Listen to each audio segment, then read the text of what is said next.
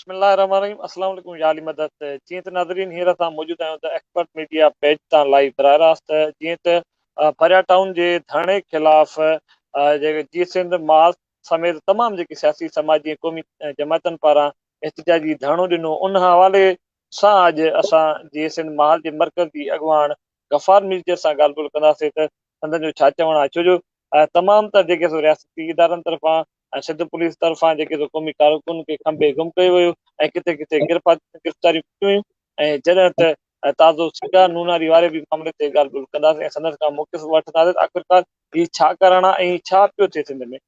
गफ़ार मिर्ज़ा साहिबु अस्सलाम वालेकुम या अली मदद। सभ खां पहिरीं ॿुधाईंदो त जेके सिंध नेशनल एक्शन कमेटी जेको सिंध जे कॉन्फ्रेंस जमातनि तरफ़ां जेके एहतिजाजी धरणो ॾिनो वियो परिया टाउन जे गेट जे साम्हूं, उन हवाले सां तव्हांजो छा चवणु आहे?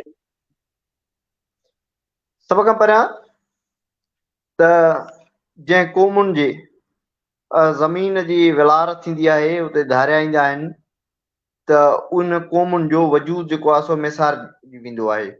उन जे करे ही सिंध एक्शन कमेटी जो जेको धरणो हुयो त उहो पूरी ॼणो त सिंधी क़ौम जो धरणो हुयो, पंहिंजे वसीलनि जी मालिकी जे लाइ, पंहिंजे ज़मीनुनि जी मालिकी जे लाइ।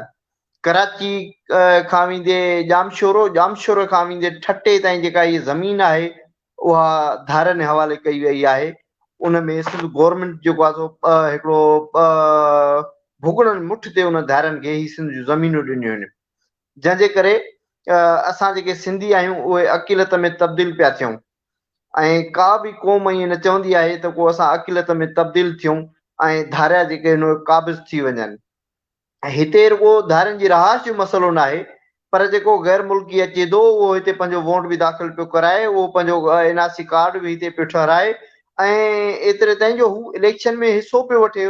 एमपी एमएलए हितां चूंडिजी वञनि उहे धारिया, त उहे जेके असांजे असेंबली आहे जेका असांजे मुस्तक़बिल जा जेके फ़ैसिला थींदा आहिनि, जिते उन असेंबली जे अंदरि एमपी एमएलए जॾहिं धारिया अची था वञनि त उहे जेका कानून साज़ी कनि पिया त उहे असां जेके धरती धणी आहियूं उन्हनि जे ख़िलाफ़ पिया कनि। उन जे करे ही धरणो हुयो त भई परिया टाउन जेका आहे त उहा हिकिड़ी गैर कानूनी जेको आहे स्कीम आहे। दुनिया जे अंदरि जेके शहर आहिनि उन शहरनि खे तरक़ी वठाइण जे लाइ हुननि जे लाइ हिकिड़ो माहौल साज़गार कयो वेंदो आहे, पर हिते ईअं न आहे। हिते ईअं आहे त ॿेटनि जे जेको आहे मथां नवां शहर ॾे ऐं इंसानी आबादी जो दॿाउ वधायो थो वञे त जीअं जेको आहे सो सिंधी अक़िलत में तब्दील थियनि। ऐं हिते असां वटि जबल पहाड़ कटे ॿेला कटे ऐं उते जेको आहे सो मेगा रहाशी स्कीमूं जोड़ियूं पियूं वञनि। त इन सभिनी जेको आहे सो ख़तरनि खां क़ौमपरस्त तंज़ीमुनि क़ौमपरस्त अॻुवाननि जेको आहे सो पंहिंजी क़ौम खे आगाह कयो ऐं पोइ हिकिड़ो गॾियल जेको आहे धरणो हुयो सिंध एक्शन कमेटी जे प्लेटफॉर्म तां, जेको 6 तारीख़ ते 6 जून ते परिया टाउन जी गेट जे अॻियां लॻो। उहो धरणो मुकमल तौर ते जेको आहे पुरअमन हुयो। तव्हां ॾिठो हूंदो त कश्मीर खां वेंदे कराचीअ ताईं कहीं हिकिड़ी कहीं बस खे कंहिं टैंकर खे पथर न लॻो, कंहिंजो शीशो न भॻो, कंहिंजो दुकान न भॻो, मुकमल पुरअमन धरणो हुयो। उहो जीअं गेट जे आॾो पहुतो, जिथे असांजो धरणो रिथियल हुयो त उते कैंटीनर बीहारे उहो जेका जॻह हुई त उहा बंदि कई वई। उहा जॻह हुई परिया टाउन जी बिल्कुलु गेट जे आॾो हिकिड़ो वॾो स्पेस आहे, उते गॾिजणो हो असांखे, पर हिननि उहो बंदि करे ऐं जेको आहे असांखे मजबूर कयो त असां 9mm ते अचूं। ऐं पोइ जॾहिं 9mm ते असां आयासीं त वरी हिननि जेको आहे ॿियो हिकिड़ो रिथियल जेको आहे हिकिड़ी ड्रामेबाज़ी कई त अंदरि जेके हद सां माण्हू छॾिया विया। उहो बल्कि जेके तव्हां सभिनि ॾिठो हूंदो त राति जो इहो हुयो त भई परिया जी गेट जा परिया खे चोतरफ़ जेको आहे कंडेदार तारूं ऐं सिक्योरिटी जो हिकिड़ो सख़्तु निज़ाम आंदो वियो हो त परिया जे अंदरि केर बि दाख़िल न थींदो। पर तव्हां ऐं असां जॾहिं हुते सभु पहुतासीं त परिया टाउन जो जेको आहे उहो कंडेदार तारूं ख़ुदि जेको आहे सो सरकार कटे, परिया इंतिज़ामिया कटे ऐं पंहिंजा मख़सूस जेके माण्हू हुया रिथाबंदी था त उहे अंदरि छॾे ऐं उन्हनि खे बाहि लॻराए ऐं हिकिड़ो लखनि धरती धड़नि जे धरणे खे जेको आहे हिते तशदुद करण जे लाइ हिकिड़ो जवाब पैदा कयो वियो, जंहिंमें सिंध गवर्नमेंट बि मुलस हुई। त उन खां पोइ हिकिड़ो माहौल माफ़ कजो, इन जे सॼे पस मंज़र में मक़सदु ईअं करणु चऊं त शिरपसंद कुझु अनासिर शामिल थी विया, जंहिं परिया जे तमामु फ्रंट वारे गेट खे या ॿियनि शॉपिंग मॉल सेंटरनि खे बाहि ॾिनी ऐं केमिकल हारियो हुयो ऐं उन सां गॾोगॾु उहे जेके सो शिरपसंद सिंध पुलिस तरफ़ां या इंतिज़ामिया तरफ़ां वाक़िआ कया विया या जेके जीअं सिंध सां जेके बि धरणे में शामिल तरीक़ुनि जा अॻुवान या कारकुन या शहरी हुया पोइ उन ख़िलाफ़ छो किरदार कयो हुयो हालांकि किथे गुम कया पिया वञनि किथे गिरफ़्तार कया पिया वञनि इहो छा कारणु हुयो इहो छा माना पैगाम ॾियणु था चाहिनि सिंध वासियुनि खे सिंध पुलिस तरफ़ां या का इंतिज़ामिया तरफ़ां ॾिसो न त सभ खां पहिरियां जेका सिंध हुकूमत जेको आहे प्रेस कॉन्फ्रेंस कई आहे त उन हुकूमत जेका उनजे जेको आहे सो हिकिड़ी प्रेस कॉन्फ्रेंस आहे त भई ही जेका बहरिया टाउन जे अंदरि जेको केमिकल इस्तेमालु कयो वियो आहे त उहो अॻु में बल्दिया फैक्ट्री में बि इस्तेमालु कयो वियो हो त तव्हां अंदाज़ो लॻायो त बल्दिया फैक्ट्री में जेको आहे सो केमिकल कहिड़ो इस्तेमालु थियो कंहिं कयो हो बल्दिया फैक्ट्री खे कंहिं बाहि ॾिनी हुई उन्हनि ई धुरनि ॾिनी आहे बाहि जन जेको आहे अची वियो बहरिया में जेको आहे वरी उहो केमिकल हारियो ऐं केमिकल किथां आयो जेके पुरमन धरती धणी हुया उन्हनि जे हथनि में त पाणी जी बोतलूं मस हुयूं उहो त पंहिंजे पीअण जो पाणी बि मस किथां अरेंज करे अचनि उन्हनि खे त कोन हो ऐं ॿी ॻाल्हि इहा त जेके मासूम ॿारनि सां गॾु औरतूं आयूं आहिनि त उन्हनि जे मथां बि केस दाख़िल कया विया आहिनि उन्हनि खे बि जेलनि में विधो वियो हो उन्हनि खे बसियुनि मां लाथो वियो उन्हनि जी तज़लील कई वई छा जेके औरतूं पंहिंजे मासूम ॿारनि खे वठी आयूं त उहे जेको आहे उते तशदुद जे लाइ आयूं न हू पंहिंजे वतन जी वारसी पंहिंजी ज़मीनुनि जी विलार जे ख़िलाफ़ आया हुआ पर गवर्नमेंट इहो भई ॼातो त ही जेका असां गैर कानूनी कमु कयो आहे तव्हां ॾिठो हूंदो त सुप्रीम कोर्ट जेको साल अॻु में हिकिड़ो फ़ैसिलो ॾिनो आहे त उहो बि इहो आहे त भई बहरिया टाउन खे जेका लीगल तौर ते 16,000 एकड़ ज़मीन आहे पर उहा बहरिया टाउन हिन वक़्तु जेको आहे सो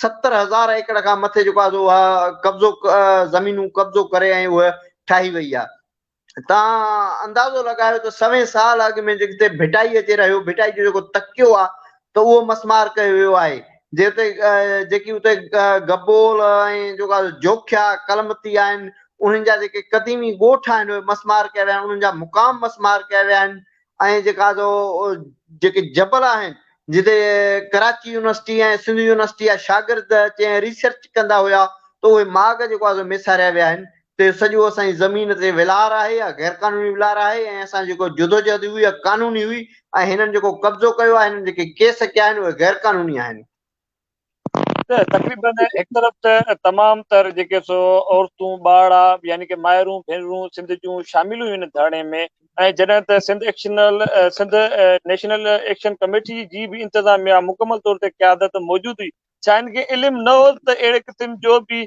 शो थी सघे थो त को हथ वठी को इन मुज़ाहिरे खे कामयाबु करण बजाए नाकाम करण जी कोशिशि कई पई वञे त इन हवाले सां का हिकमत मिली ज़हन में न हुई क़यादत खे या इन खां बाख़बर हुया जेकर बाख़बर हुया बि सही त अहिड़ा जेके सो अहिड़ो माहौल छो पैदा थियो त इन लाइ का हिकमत अमली छो न अॻुवाट जोड़ी वई हुई सभ खां पहिरियां त सिंध एक्शन कमेटी जेका हुई उनजी क़यादत उन पंहिंजे कारकुननि खे हिकिड़ो पाबंद कयो हुयो त भई कश्मीर खां कराचीअ ताईं ऐं जेको आहे बदीन खां कराचीअ ताईं कहीं बस खे पथर न लॻे हालांकि ईअं थींदो आहे त जॾहिं बि कोमप्रस्त तंज़ीमूं एहतजाजनि जो सॾु ॾींदियूं आहिनि त पोइ शरपसंद रोडनि ते निकिरी ईंदा आहिनि ऐं ट्रालनि खे बाहियूं ॾींदा आहिनि बसियुनि खे बाहियूं ॾींदा आहिनि त असांजी जेका कोशिशि इहा हुई त हीउ धरणो मुकमल पुरअमन हुजे ऐं उहो जॾहिं धरणो पुरअमन हिते आयो आहे त उन धरणे खे जेको आहे हिकिड़ो ख़तमु करण जे लाइ हुननि वटि ॿियो जवाज़ ई कोन हो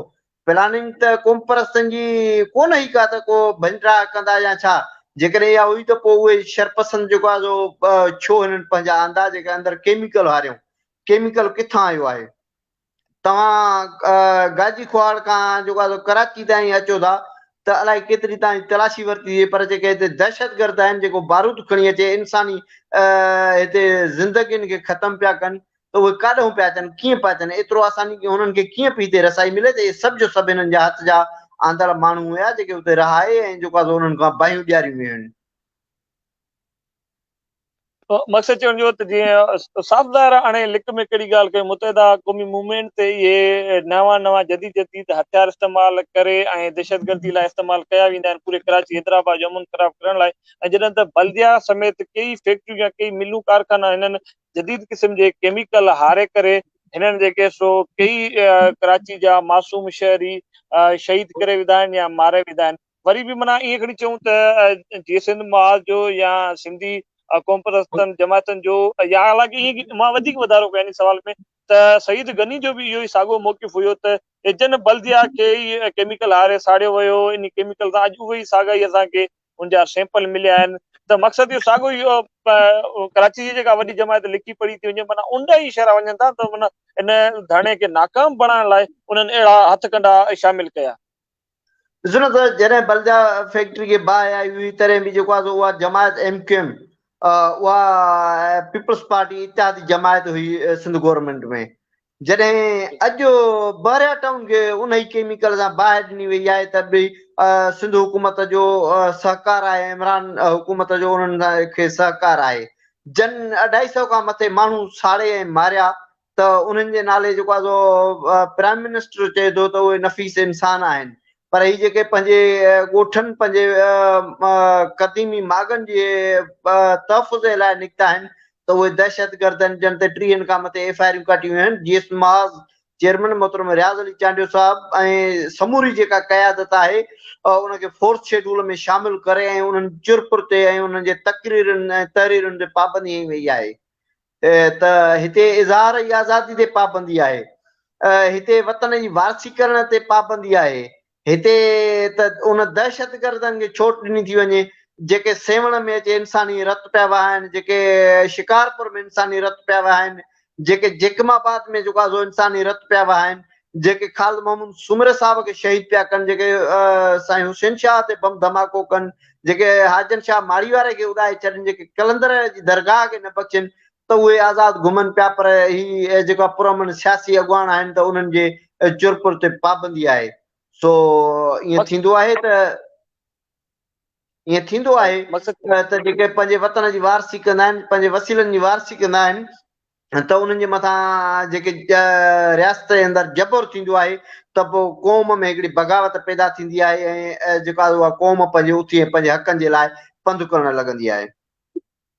मक़सदु जज़्बो इरादो अॼु बि साॻियो आहे, जीअं दोदो चऊं या हीमू चऊं या पंहिंजो होशू शीदी चऊं, जन वतन लाइ वेड़ कई ऐं वतन जी आज़ादी लाइ जिदोजहद कई ऐं उन सां गॾोगॾु मौजूदा साईं GM साहिब जी क़यादत में सिंध वासियुनि जिदोजहद कई ऐं ॿिया काफ़ी मां केतिरा नाला खणा, उन्हनि सिंध जी बका लाइ जिदोजहद कई ऐं उहो सिलसिलो हलंदो पियो अचे। ऐं मक़सदु जेको अव्हांजे सुवाल जो जेको तत निकिरे पियो त मक़सदु जेके वतन जी वारसी कनि था पिया त उन ख़िलाफ़ रियासत बि मुतहरक थी वञे ऐं उनखां पोइ जेके ॿी इदारा आहिनि, सिंध पुलिस जे मातहत या ख़ुदि सिंध पुलिस हुजे यानी कि पीपल्स पार्टी जे मातहत जेके बि इदारा आहिनि उहे सरगर्म थी था वञनि, उहे क़ौमी कारकुन खे खंभे गुम बि कनि था ऐं क़ौमी कारकुन खे खणी किथे 2-2 4-4 ॾींहं उन्हनि खे टार्चर सीलनि में बि रखियो पियो थो वञे। त मक़सदु चवण जो त कलंदर ते धमाको थिए, शिकारपुर में धमाको थिए, हाजिन शाह माड़ी वटि धमाको थिए या कराची में नंढा वॾा धमाका थियनि या दहशतगर्द विंग वारा जेके बि अगरि पासा ॾिठा वञनि त अगरि उहे माना कातिल सरेआम घुमंदा था वञनि, मुख़्तलिफ़ दुनिया जे मुल्कनि जा टूर कंदा था वञनि,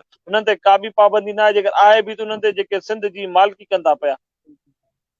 ॾिसो न त सभ खां पहिरियां त हिकिड़ो जॾहिं सुप्रीम कोर्ट हिते जेको आहे फ़ैसिलो ॾिनो हुयो कराची अंदरि जेके दहशतगर्द कारवायूं उन्हनि ते, त उन्हनि में कई बि क़ौम परस्त पार्टी वटि का हथियारबंद विंग जेको आहे हुते ज़ाहिर न थी, पर हथियारबंद विंग पीपल्स पार्टी वटि अमन कमेटी जे नाले ते हुई, जेका बेगुनाह इंसान क़तल करे उन्हनि जा ॿोरी बंद लाश पई उछलाए।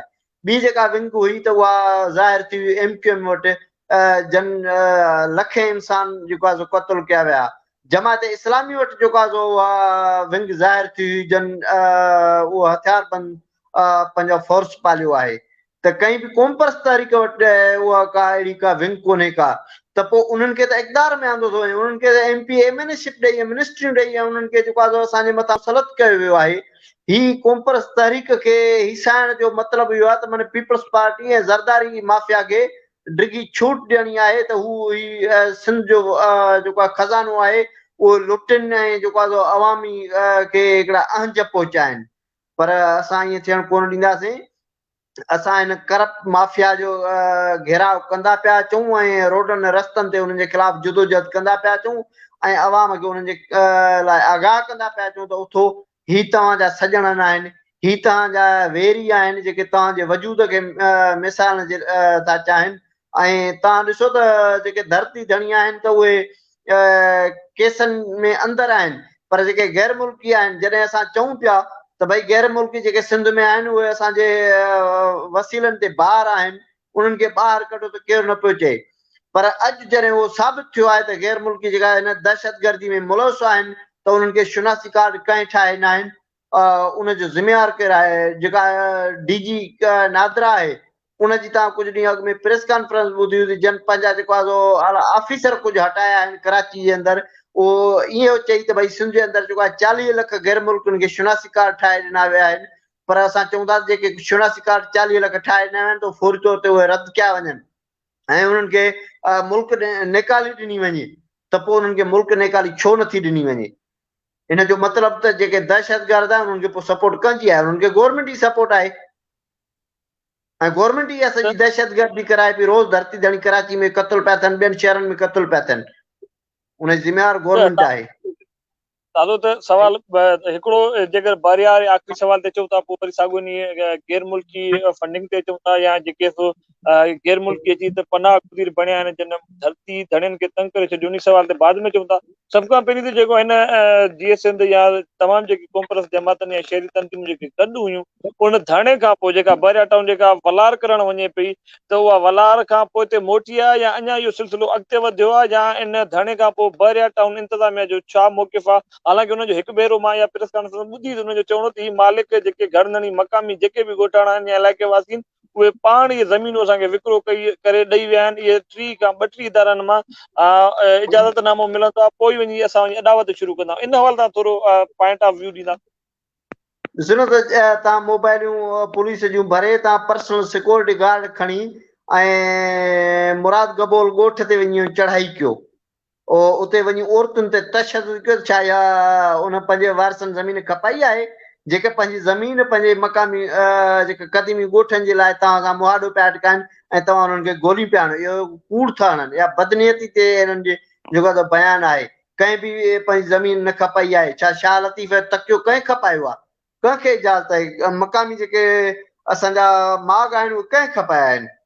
कंहिं बि कोन खपाइनि। इहो कब्ज़ो आहे, ॾाढ ऐं जबर जी बुनियाद ते हिननि कब्ज़ो कयो आहे। रोज़ जेको आहे हिते हुन क़दीमी ॻोठाणनि जेको आहे केस दाख़िल करे उन्हनि खे थाणनि में आणे ऐं जेको आहे उन्हनि खे बंदि करे ऐं हिसाए उन्हनि जूं ज़मीनूं खसी पियूं वञनि।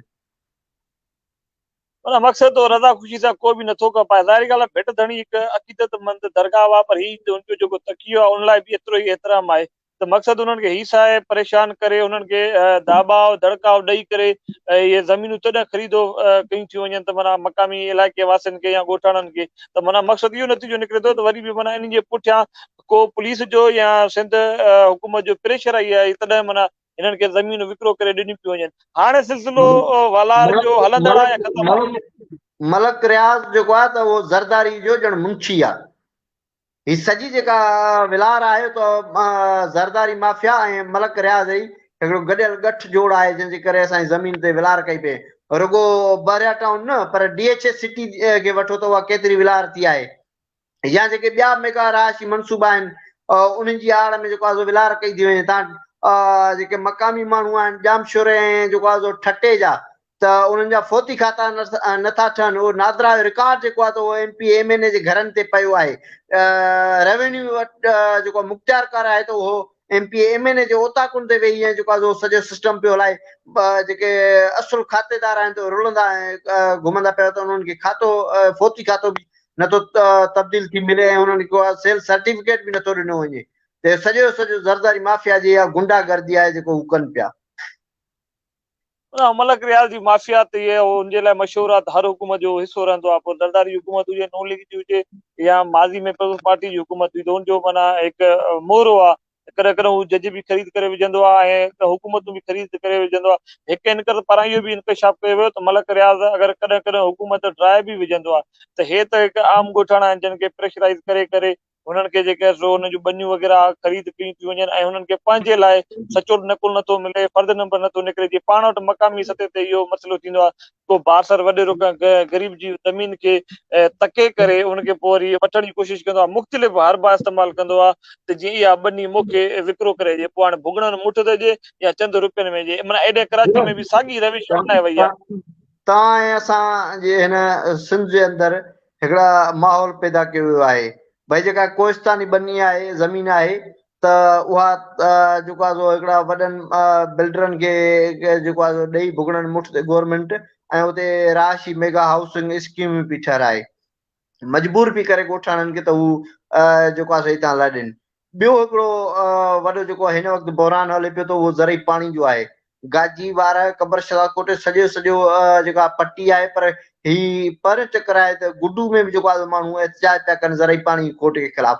उते इहा वेदन आहे त भई गैर कानूनी वाटर सिमुनि मां ठाहे ऐं उते जेको आहे सो माण्हुनि खां जेको आहे सो हर एकड़ ते 3-4 मण कणतो वरितो पियो वञे ऐं पोइ उन्हनि खे पाणी ॾिनो। पर जेके असां दरियाई शाखूं आहिनि जिन में दरियाई पाणी ईंदो आहे, ज़रई पाणी ईंदो आहे, त उहे शाखुनि मां वारी पियूं उॾामे, सिमूं भरिजी पियूं आहिनि ऐं जेका बासरनि जा जेके वाटर आहिनि त उहे हज़ार एकड़ ज़मीन उन्हनि ते आबाद पई थिए ऐं उहे उतां जेको किरोड़े रुपया गैर कानूनी पिया कमाइनि। त उते बि ग़रीबनि खे हिकिड़ो वेल में विधो वियो आहे त उहे जेके ज़मीनूं आहिनि उहे खपाए ऐं जेको आहे हितां लाॾे वञनि। इहो हिकिड़ो ज़रदारी पर माफ़िया मक़सदु सॼो हिकिड़ो बिल्कुलु प्लानिंग कई आहे। माना हे साॻियो कमु आहे, हेल बि ईद पंहिंजी जेल में, माना हेल बि ग़रीब अवाम वरी बि वेल में आहे। ज़रा ई पाणी जे हवाले सां वरी ॿिए कॾहिं बि प्रोग्राम रखंदासीं, पर तव्हांजी ॻाल्हि जी ताईद कंदे मां इज़ाफ़ो कंदो त वाक़ई असांजे गाजीपुर वार या कंबर शहदादकोट में या किथे किथे इहो लापे जो सिस्टम ॾिनो थो वञे। जॾहिं बि तव्हां को मण वरितो ईंदो, 2 मण वरिता ईंदा, त जेकर तव्हां न ॾींदव तव्हांखे पाणी नंढो ईंदो, पोइ सिम नाले ज़रिए पाणी पहुचाइनि या शाखनि जे ज़रिए पाणी पहुचाइनि। माना हिकु हथु वठी चंद माण्हुनि खे, चंद ख़ानदान खे वधीक बासर कयो थो वञे ऐं उन्हनि खे वधीक अमीर कयो थो वञे। माना ग़रीब जो हक़ वरी बि उनजो मारियो थो वञे। पीपल्स पार्टी ते मुकमल तौर ते ख़ामोश आहे, जॾहिं त हू 13 सालनि खां वठी क़ाबिज़ बि बणियल आहे इक़्तिदार ते, पोइ बि नतीजो ॿुड़ी ॿुड़ी आहे, वरी साॻा लाटू साॻा चुघ वारो ई कमु आहे। ॾिसो न त असां 13 सालनि जे अंदरि असांखे मिलियो छा आहे? 13 सालनि जे अंदरि असांखे बुख, बदहाली, बेरोज़गारी मिली आहे। 13 सालनि जे अंदरि असांजे इस्पतालुनि मां दवाऊं जेको आहे गाइब कयूं वियूं आहिनि। एतिरे हद ताईं जो काफ़ी इस्पतालुनि में जेको आहे डॉक्टर जेके आहिनि उहो ड्यूटी करण जे लाइ तयारु न आहिनि, उहो पंहिंजूं बदिलियूं पिया कराइनि। वार जहिड़ी इस्पताल जेके 25 खां 26 डॉक्टर आहिनि हुजणु खपनि, उते सिर्फ़ु 2 डॉक्टर पिया ड्यूटी कनि ऐं अॼु त ॿुधो आहे त उतां बि हिकिड़ो जेको आहे बदिली पियो कराए। उनजो सबबु छा आहे? उनजो सबबु इहो आहे जेके दवाऊं आहिनि उहे खपाइनि पियूं वञनि, पर जेको आहे सो एमएस हुन में मुलवस आहे, हुन में जेको आहे चूंडियल नुमाइंदा मुलवस आहिनि। पर जेके राति जो ड्यूटी पिया कनि डॉक्टर, जिते ओपीडी ते हिकिड़ो हलंदी रहंदी आहे, पर उन्हनि खे स्टोर जेको आहे उहो बंदि हूंदो आहे। उहो मजबूरनि जेको आहे 5 पैसनि ते बि दवाऊं वठी अचे राति जो रखनि पिया, जंहिंजे करे हू चवनि पिया त असां पंहिंजो घर हलायूं, मरीज़नि खे दवाऊं वठी ॾियूं, इस्पताल में दवाऊं खपनि पियूं। त उते असांखे छा मिलियो आहे? उते असांखे निंदणकाई मिली आहे। असांजे अवाम खे लुटियो ऐं फुरियो पियो वञे ऐं बीमार ऐं बुखियो रखियो पियो वञे त ही पंहिंजे हक़नि जी हासिलात जे लाइ पुछी न सघनि। पर ईअं थियणु न ॾींदासीं। असां मुसलसल जुदोजहद कयूं पिया। तव्हां ॾिठो त बरिया टाउन जे हिन वाक़े खां पोइ बि असां अवाम में लथा आहियूं। जेको लाड़ ऐं थर जेको आहे असां दौरा करे आया आहियूं, हाणे जेको असांजा रखियल हुया सांगड़ ऐं नवाबशाह में दौरा रखियल आहे, पर कोरोना जे करे उहे मुल्तवी थिया आहिनि। वरी जेको आहे हिकिड़े नई तारीख़ तइ कई वेंदी, जिते सॼी सिंध जे अंदरि माण्हुनि में सुजागी मुहिम हलाई वेंदी त हीअ जेका ज़रदारी करप्ट माफ़िया आहे हिनखे भॼायो ऐं जेको आहे पंहिंजे वसीलनि जी वारसी कयो। ऐं आख़िरी जेको धरणो हूंदो असांजो वरी उहो कराची में हूंदो। पोइ इनशाला सिलसिलो हलंदो रहंदो। पर वरी साॻी ॻाल्हि ते चऊं था त गैर मुल्कियुनि खे शनाख़्ती कार्ड ठाहे ॾियण में इहो नादरा जे चेयरमैन इल्ज़ाम हणी ते चयो त सिंध जा ऑफिसर इन में अक्सरियत सां मुलविस आहिनि। ॿियनि ज़बानुनि सां बि तालुक़ रखंदड़ ॿिया बि ऑफिसर मुलविस आहिनि, पर अक्सरियत सिंध ई ॻाल्हाईंदड़ ऑफिसरनि जी आहे जिन धारियुनि खे कार्ड ठाहे ॾिना आहिनि। ऐं धारियुनि जी हिते यलगार वग़ैरह हुनजी आमदोरफ़्त जे करे सिंध वासियुनि खे त नुक़सानु इहो तक़रीबन पाकिस्तान जी आज़ादी खां पोइ भोगणो पवे थो पियो। पर उन सां गॾु ॿ टे दफ़ा हमला थिया आहिनि। इरशाद रांझाणी हुजे या शमन अली मीराली जो जेको वेझो भाषो शायदि या भाणे जो हुजे, मां मथां भुलिजां बि, जो क़रीबी रिश्तेदार हुनखे बि पठाणनि तशदुद करे क़तल करे विधो, या हुन खां पोइ ताज़ो कल्ह मरी बिरादरी सां बि अहिड़ो पठाणनि जो वाक़ियो पेश आयो आहे। इन हवाले सां छा हिकमत अमली हुअणु घुरिजे सिंध हुकूमत खे, या सिंध वासियुनि कहिड़ी हुजणु घुरिजे दानाई, या हुन सां इन में वफ़ाक़ जो केतिरो हथ आहे? हरू भरू धारिया कराची में ई छो उनखे छो यतीम खानो बणायो थो वञे? हिकमत अमली कानून ठाहियो वेंदो आहे उहो त मक़ामी माण्हुनि जे लाइ। ही त सरासर जेको आहे गैर मुल्की आहिनि। हिकमत अमली आहे त हिननि खे ॿाहिरि कढो। इन्हनि खे तव्हां ॿाहिरि कढंदो त हमलो न थींदो, इन्हनि खे ॿाहिरि कढंदो दहशतगर्दी न थींदी, इन्हनि खे तव्हां ॿाहिरि कढंदो त मनशियात फरोशी न थींदी। मनशियात फरोशी इहे पिया कनि, हथियार इहे पिया सप्लाई कनि, जहिड़ा इहे पिया कनि, धमाका इहे पिया कनि, धरती ॼणनि खे मारनि इहे पिया। हुन करे उन्हनि खे पंहिंजे मुल्क वापसि मोकिलियो। हिकमत अमली कानून इहो हुजणु खपे, पर हिते उहो कानून जेको आहे सो कोन्हे को। हिते जेका गैर मुल्की आहिनि उहे धरती ॼणनि खे मारनि था, उन्हनि खे इज़त सां जेको आहे सो मोबाइलनि में वठी थाननि में उन्हनि खे जेको आहे सो हिकिड़ो महिमान तौर ते रहायो थो वञे। पर जेके धरती ॼणनि खे पाणी न आहे, तव्हां ॾिठो हूंदो लालू में जेको आहे सो केतिरा क़तल थिया आहिनि पाणी जे वारे तां।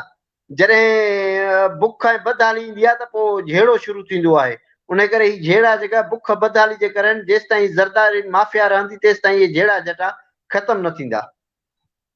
हाणे ज़रूरतुनि ॻाल्हि जी आहे त जीअं शहीद बशीर खान कुरैशी हुजे, अब्दुल वाहिद आरिसर साहिब हुजे, रसूल बख़्श फलेजो हुजे, धारियनि जी नेकाली जे हवाले सां उन्हनि जूं मुख़्तलिफ़ ॼाणनि ते या महीननि में इहे तहरीकूं हलंदियूं रहंदियूं।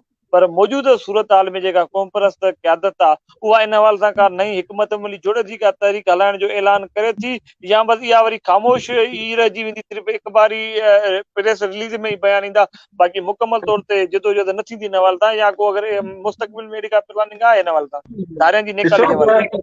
सिंध एक्शन कमेटी जेका इजलास थी गुज़रियो हुयो हाणे, त उन इजलास में इहो तय कयो हुयो त भई हिकिड़ी पहिरियों त हिकिड़ी एजेंडा हुई त ज़मीनुनि जी विलार, ॿी एजेंडा जेका धारियनि जी नेकाली हुई, ऐं जेका हाणे जिदोजहद थींदी उन्हनि जी धारियनि जी नेकाली हूंदी। पर तव्हां जीएस महाज जेका ॾिसंदव त मुसलसल जीएस महाज जिदोजहद कंदी आई आहे धारियनि जी नेकालीअ लाइ। जीएस महाज हमेशह जुदोजहद थींदी रही आहे जीएस महाज प्लेटफॉर्म तां। पर सिंध हुकूमत जा जेको आहे सो हिकिड़ा या मनगढ़ंत ऐं इल्ज़ाम रहिया आहिनि त भई जेके असांजा फलाणा नफ़ीस इंसान आहिनि ऐं जेके धारिया आहिनि त उहे हितां जा रवासी थी विया आहिनि। छा बाबा रवासी थी विया आहिनि? तव्हांखे ॿिए मुल्क में छा एतिरी नेशनलिटी मिली वेंदी आहे या? जेकॾहिं सिंधी कंहिं मुल्क में वञी रहे थो त उनखे इहो हक़ कोन्हे को त उते उहो वोट ॾे ऐं उते जेको आहे MP MN चूंडिजी वञे। पर इहो हिते असांखे पीपल्स पार्टी गवर्नमेंट आहे जंहिं कंध में विधा आहिनि सभु धारिया। उन करे असां चऊं था त जेके धारिया तव्हांजे मुल्क जे लाइ नुक़सानकार बणिया आहिनि त पोइ उन्हनि खे कढो छो नथा? छा उन्हनि खे सिंधियुनि खे माराइण जे लाइ हिते रहायो अथव छा? जेके रोज़ हमला करे धरती ॼणनि खे मारनि पिया। उन्हनि करे असां चऊं था असांजो मुतालबो आहे त फौरी तौर ते हिन गैर मुल्कनि खे ॿाहिरि कढियो वञे। चलो ठीकु आहे। अवामी नेशनल जेका पार्टी आहे अशफंद यार वली जी, उहा बि हिमायत कंदी आहे त पठाणनि खे रिहाइश पसीर कयो वञे, उन्हनि खे मुस्तकिल कार्ड ठाहे ॾिना वञनि, या जेके सो काफ़ी मुहाजिरनि जो आहे ई नारो इहो त माना मुहाजिरनि खे आंदो वञे ऐं कराची जी अक्सरियत आबादी माना उर्दू ॻाल्हाईंदड़ या ॿियनि ज़बाननि सां कई वञे, जीअं सिंधियुनि जी अक्सरियत घटि थिए। पर मां गुज़िरियल काफ़ी सालनि खां तव्हां केसर बंगाली जो पीपल्स पार्टी जे मुख़्तलिफ़ सरकारी उहिदनि ते रहंदो आहे, उहो बंगालियुनि खे कार्ड ठाहिण जी हिमायत करे थो, बर्मियुनि जी कार्ड ठाहिण ॾियण जी हिमायत करे थो। सिराज दुरानी जा बि ताज़ो बयान इहे वायरल थियनि था पिया वक़्तनि फ़वक़्तनि, जेको चवंदो रहंदो आहे त मां पठाणनि जी हिमायत कंदुसि, अगरि जे पठाणनि जिते सॾु कंदो मां उते वञी पहुची पवंदुसि। यानी कि उहो बि अंदरूनी तरह या बज़ारि हाणे सरियाम अलॻि इहो ऐलान करण जो हक़ बजा थी वियो आहे त माना मां पठाणनि खे कार्ड ठाहे ॾियण जी, हुननि खे हितां जो रिहाइश पसीर करण ॾियण थो। ऐं ताज़ो जेको निसार खोड़े जो बि वाधारो कयां, जॾहिं आम चूंडूं हुयूं 2000 हिन 18 में त उन निसार खोड़े बि हिमायत कई हुई त जेके सो धारियनि खे कार्ड ठाहे ॾींदासीं, जंहिंमें 40 खां 45 लख आहिनि, उनमें को बि हर्ज न आहे। इन हवाले सां माना पीपल्स पार्टी बि हथ वठी अहिड़ी कोशिश वठे थी। पीपल्स पार्टी जो ई सॼो इहो रोल आहे जेको धारियनि खे हिते आबाद कयो वियो आहे। तव्हां ॾिसो त KPK में गवर्नमेंट ऐलान थी करे त जेको आहे सो अफ़गाननि खे हिते KPK में रास न ॾिनी वेंदी, दुकान ऐं घर किराए ते न ॾिना वेंदा। पंजाब हुकूमत जो ऐलान थी करे त जेको आहे पंजाब में उन्हनि खे राज ते मकान ऐं जेको आहे घर दुकान न ॾिना वेंदा। बलोचिस्तान में ऐलान थियो पर सिंध गवर्नमेंट अहिड़ो ऐलान नथी करे। सिंध गवर्नमेंट उन्हनि जी पुठ भराई पई करे त हू धरती धड़नि खे मारनि। सिंध गवर्नमेंट पंहिंजे माण्हुनि जी का सॼण न पर पंहिंजे माण्हुनि जी दुश्मन आहे जेका हथ वठी ऐं पंहिंजे माण्हुनि खे माराए पई। उन जे करे मूं जीअं पहिरियों चयो त जेसि ताईं इहा गवर्नमेंट रहंदी तेसि ताईं धरती धणी सां इहो वेदन हूंदी। चलो ठीकु आहे। ऐं आख़िरी सवाल कंदासीं पोइ पाण इजाज़त वठंदासीं। तव्हांजी महिरबानी कया करो। ऐं जो गुमशुदगी जे हवाले सां छा तव्हांजो मौक़िफ़ आहे? ऐं उन खां पोइ हे जो गिरफ़्तारियूं थियनि थियूं वरी पोइ आज़ादी थिए थी ऐं गुमशुदगी खां पोइ ताज़ो सिंगार नूना समेत काफ़ी बाज़ियाब थी घर बि पहुता आहिनि, इन वल तव्हांजो छा मौक़िफ़ आहे? ॾिसो न त सभ खां पहिरियां त जंहिं माण्हू खे खणनि था जेकॾहिं उन ते को केस न आहे त उन्हनि खे खणनि छो था, उहो गैर कानूनी आहे। पर जेकॾहिं किथे केस आहे त पोइ हुनखे अदालतुनि में पेश कयो वञे। अदालतूं तव्हां जूं आहिनि ऐं उन अदालतुनि में भले हुनजो ट्रायल कयो वञे ऐं उन्हनि खे सज़ा ॾिनी वञे जेकॾहिं कंहिं को गुनाह कयो आहे। बाक़ी बेगुनाह माण्हू खे राति जी ऊंदाही में खंभिणो हुनखे खणी ऐं जेको आहे गुम करणो इहो गैर कानूनी आहे ऐं इंसानी हक़नि जी इहा भंजकड़ी आहे जेका न थियणु खपे। ऐं जेको आहे इन जे लाइ जेको आहे हिकिड़ो माण्हुनि में कावड़ ऐं क्रोध पैदा थी थिए। मिसाल तव्हां सिंगार नूनार जी ॻाल्हि कई, सिंगार नूनार जो को बि अहिड़ो केस न हुयो जो उनखे खणी ऐं अदालत में पेश कयां मजबूरन हुननि खे छॾिणो पियो। पर काफ़ी अहिड़ा माण्हू आहिनि जिन खे वरी मारियो बि वञे थो, टार्चर सेलनि में मरी बि वञनि था, कंहिंजा लाश उछलाए था वञनि। सो जेकॾहिं कंहिंखे खणो था त उन्हनि खे अदालतुनि में त तव्हां पेश कयो न। उन्हनि खे इहो हक़ु ॾियो त भई हू पंहिंजे हक़ में जेको आहे पंहिंजो दलाल पेश कनि त हू बेगुनाह आहिनि। तव्हां उहो दलाल पेश कयो त भई ॾोही आहिनि। अदालतूं तव्हां जूं आहिनि, तव्हां पंहिंजे कानून जी ख़िलाफ़ वर्ज़ी पिया कयो। न असुल में ही जेको खंबे गुम करण वारो सिलसिलो आहे सिर्फ़ु सिंध ताईं महदूद आहे या पंजाब, ख़ैबर पख्तूनख्वा, गिलगित या बलूचिस्तान समेत ॿिनि सूबनि में बि अमूमन बलूचिस्तान जी बि ख़बर रहंदी आहे त उते बि माण्हू खंबे गुम कया वेंदा आहिनि ऐं हुनखे वरी बाज़ियाब बि कयो थो वञे, कंहिंखे टार्चर सेलनि में रखे मुल्क जे अंदरि कानून हिन मुल्क जे अंदरि कानून हिकु ई आहे त मूं जेका ॻाल्हि कई त किथां बि अगरि कंहिंखे खणनि था, मूं रुगो न सिंधी जी ॻाल्हि कई न पंजाबी जी ॻाल्हि कई न बलोच जी ॻाल्हि कई, पर किथां बि दुनिया जो इहो कानून आहे त कंहिंखे खणिजे थो त उनखे कोर्ट में पेश कयो वञे। ऐं हिते बि जेको आहे जिथां बि जंहिं बि माण्हू खे खणनि था त उहो उनखे कोर्ट में त पेश कनि न। कोर्ट उनखे सज़ा ॾे त भई हिन गुनाह कयो आहे या न कयो आहे। पंहिंजे कोर्टुनि ते हिननि खे एतबार न आहे। हा, इहो ज़ाहिरी ॻाल्हि आहे। हिकु सिलसिलो थी हलंदो थो अचे काफ़ी सालनि खां खंबे गुम था कनि पिया। पर इन हवाले सां जे खंबे गुम था कनि रियासती इदारा हुजनि या सिंध पुलिस हुजे या ॿियनि सूबनि जूं पुलिस हुजनि, उन हवाले सां अगरि कंहिं तंज़ीमनि पारां गठजोड़ करे को फोरम जोड़े उन ख़िलाफ़ का पटिशन दाख़िल कई आहे या अहिड़ो को ऐलान जारी कयो आहे त इन ख़िलाफ़ बि अमली जदोजहद कजे, इन हवाले सां छा वञे मौक़िफ़ आहे? ॾिसो न, सभ खां पहिरियां त असां हमेशह पंहिंजे एहतजाजनि में असां रैलियुनि धरणनि में इहो चवंदा आहियूं त कानून ते अमल थियणु खपे। हिते MP MLA जेको आहे करप्शन पिया कनि, करोड़े रुपयनि जा जेका फंड आहिनि जेके ग़रीब अवाम जी भलाई जे लाइ पिया फंड अचनि उहो हड़प कया था वञनि। उन्हनि खे नेब कुझु करण जे लाइ तयारु न आहे, एंटी करप्शन कुझु करण जे लाइ तयारु न आहे।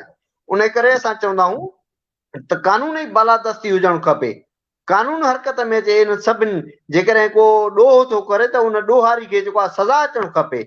कहिड़े बि क़िस्म जो ॾोह करे थो त उनखे सज़ा अचणु खपे, पर सज़ा ॾियण वारियूं कोर्टूं आहिनि, न की पुलिस, न को ॿिया इदारा आहिनि जो कंहिंखे खणी ऐं जेको आहे रोडनि ते गोलियूं हणी मारनि। हिते वरी सुवाल नओं जनम थो वठे। चलो ठीकु आहे, क़ौम परस्तनि अॻुवाननि खे, कारकुननि खे या मज़हबी कारकुन अॻुवान खंबे गुम कयो थो वञे, जॾहिं त पूरे सिंध में पाकिस्तान में करप्शन जा केस साम्हूं अचनि था, बदअमनी जा केस साम्हूं अचनि था, दहशतगर्दी जा केस साम्हूं अचनि था, उन सां गॾु मज़हबी मुनाफ़रत जेका फैलाइनि था पिया उहे बि केस साम्हूं था अचनि। उन हवाले सां रियासती इदारा या कोर्टूं या पुलिस ख़ामोश छो न आहिनि? उन्हनि खे बि छो नथो गिरफ़्तार कयो वञे? त हुननि जी बि उन ते सरज़निश त कई वञे त जीअं आइंदा लाइ हू अहिड़ो क़दम न कनि। पर हिक ई धुर खे छो हुन टारगेट बणाए थो? मूं इहा ई ॻाल्हि कई त ही सॼो इन जे करे त क़ौम परस्त जमायतुनि खे जेको आहे कारकुननि खे खौफ़ज़दा करे ऐं पीपल्स पार्टी खे ड्रिगे इक़्तिदार में छूट ॾिनी वई आहे त जीअं हू सिंध जी तबाही कनि, लुटमार कनि। उन करे असां रोडनि ते हूंदासीं ऐं रहंदासीं, इनशाला जदोजहद जारी रहंदी पंहिंजी।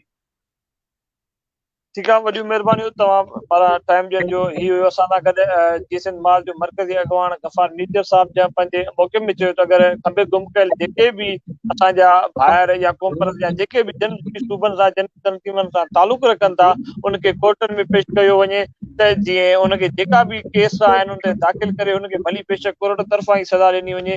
बाक़ी इहो खंबण वारो सिलसिलो बंदि कयो वञे त ईअं मुनासिब न थिए त इहा बग़ावत पैदा थिए जेका आईंदा लाइ रियासती इदारनि या हुकूमत सिंध लाइ नुक़सानकार साबित थिए। ऐं ॿियो त धारियनि खे कार्ड ॾियण जे हवाले सां बि ॻाल्हि ॿोल कई वई त धारियनि खे हथ वठी जेके कार्ड ॾिना पिया वञनि ऐं सिंध खे यतीम खानो बणाइण जी कोशिशि कई पई वञे। उन लाइ हिन ॻाल्हि खे जल्द असांजूं सिंध मां जूं या जेके बि क़ौम परस्त जमायतूं आहिनि धारियनि जी निकाली लाइ अमली जिदोजहद लाइ निकिरंदियूं ऐं हिन लॉकडाउन जे सिलसिले खां पोइ। जॾहिं त ज़रई पाणी जे हवाले सां बि हिकु ॿ मिंट जो तजुर्बो पेश कयो थिए त उते लापा सिस्टम कयो थो वञे। मक़ामी पासरनि खे हिकु छूट ॾिनी पई वञे त जीअं हू जरेब ते या ख़राब ते मण खां ॿ मण वठी करे हू ग़रीबनि जी रत चूसनि पिया। ऐं जॾहिं त जेके ताज़ो सिंध में काफ़ी माण्हू जेके सो धारियनि पारां क़तल कया विया आहिनि, इर्शाद रांझानी हुजे या मीर अली साहब हुजे या काफ़ी माण्हू ताज़ो कल्ह मरी बि मारिजी विया पठाणनि जी हिन गोलियुनि जी बोछार में।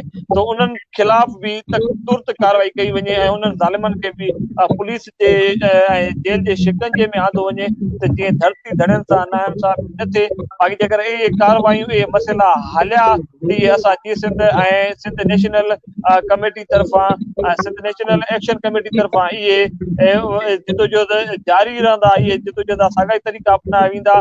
पोइ ते केतिरियूं बि सख़्तियूं बर्दाश्त करणियूं पवनि। पंहिंजे बादशाह जान खे ॾींदा इजाज़तूं ऐं गफ़ार मीरजत साहब सां फी अमान अल्लाह। अला निगहबान। महिरबानी। महिरबानी।